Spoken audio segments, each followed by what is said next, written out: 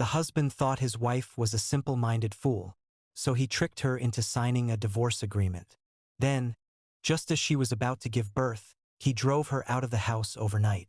Unexpectedly, the woman encountered assassins. After being struck by an arrow, she suddenly regained her clarity and remembered everything. It turned out she was originally the eldest princess of Dayue.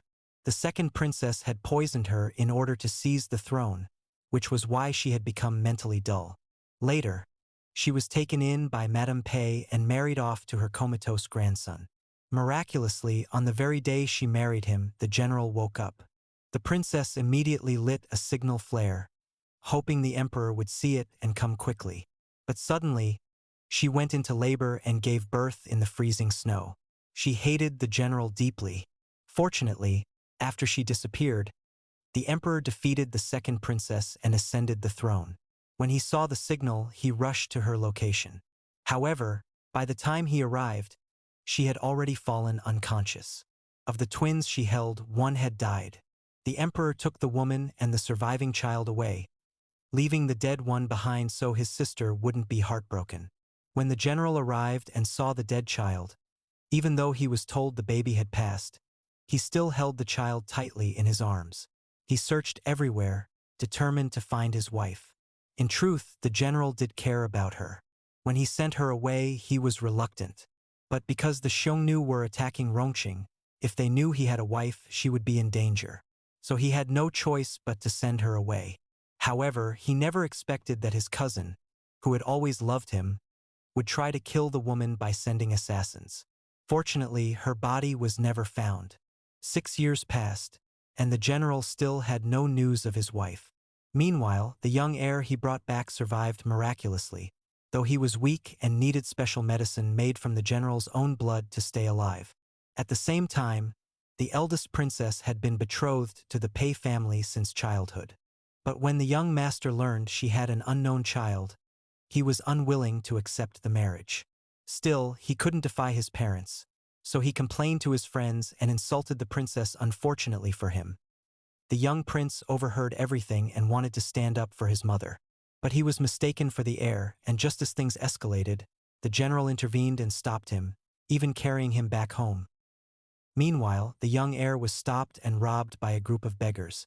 They demanded money and even told him to call his mother to bring more. The boy said he had no mother, but just then, a beautiful woman appeared, claiming to be his mother and telling him to come to her. He immediately ran behind her. With just a few moves, she defeated the beggars and took him home to the princess's residence. There, the young heir enjoyed her gentle care, though he felt confused about why she treated him as her child.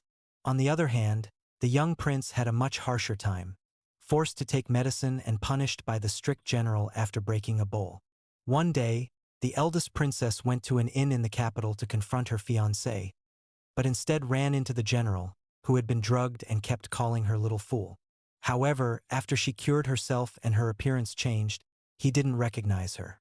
The young heir witnessed the princess running out in distress, and soon after, he was taken away by the general's men. Meanwhile, the young prince secretly returned to the princess's residence and realized that the general was his father. However, he disliked him and chose not to tell his mother. The next day, the general discovered that the young heir's illness had flared up again, and only the hot springs at the princess's residence could help. Without notice, he forced his way in. There, he saw a field of flowers identical to those his wife used to grow, which made him suspicious. He picked some and took his son to the hot spring for treatment. When the princess heard someone had trespassed, she rushed over. Only then did the general realize that the woman he met the previous night was actually the high and mighty eldest princess. He knelt and explained everything, offering to compensate her losses tenfold. But the princess misunderstood, believing the child was his with his cousin. That night, she went to the general's residence to confirm the rumors and saw him celebrating his cousin's birthday with fireworks. What she didn't know was that the fireworks were actually meant for her. In anger, she refused to lend him the hot spring. "Don't you dare bully my mother,"